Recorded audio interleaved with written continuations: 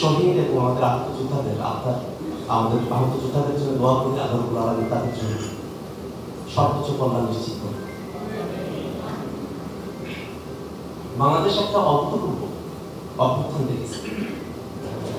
এই অভ্যুত্থানে আপনি সিঙ্গেল একক নেতৃত্ব দেখবেন। এই অভ্যুত্থান এমন বাংলাদেশের নানা প্রান্তের মানুষেরা, সমাজের নানা স্তরের মানুষেরা, তারা সকলে স্বতঃস্ফূর্তভাবে এই অভ্যুত্থানে অংশগ্রহণ করেছে।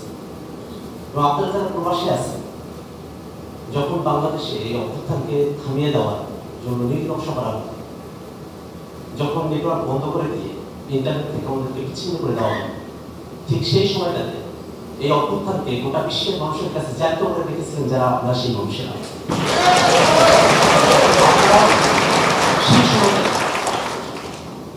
আমি বুঝি নির্মাণের শিল্প, সালাম স্টিল বোঝে ডিউরেবিলিটি। সালাম স্টিল, মোস্ট ডিউরেবল স্টিল। আপনাদের জায়গা থেকে এই যুক্তরাষ্ট্রের মাটিতে আপনারা প্ল্যাকার্ড নিয়ে দাঁড়িয়েছেন, আপনারা স্লোগান দিয়েছেন এবং সরকারকে হুমকি দিয়ে বলতে পেরেছিলেন যে আমরা রেমিটেন্স বন্ধ করে দিলাম, তোমরা এবার দেখো। আশা করি এই অভ্যুত্থানের মধ্য দিয়ে আমাদের প্রবাসী ভাইদের জন্য আমরা খুব বেশি কিছু করতে পারি না, কিন্তু আমরা এনসিপির তরফ থেকে প্রবাসীদের ভোটাধিকারের জন্য জোরালো পদক্ষেপ নিয়েছি।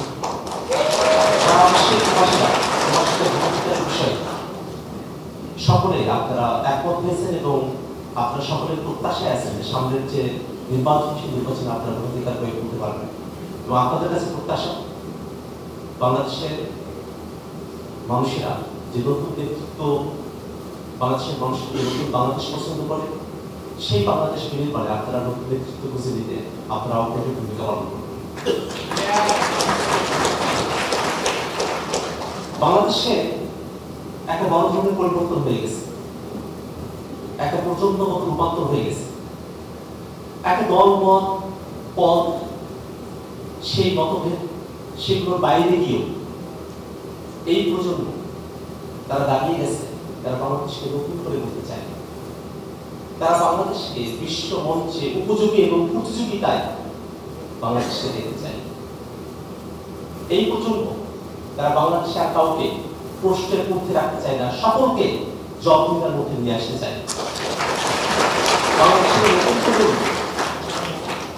বাংলাদেশের মানুষের জন্য তাদের নাগরিক অধিকার এবং মানবিক মর্যাদাকে প্রতিষ্ঠা করতে চায়।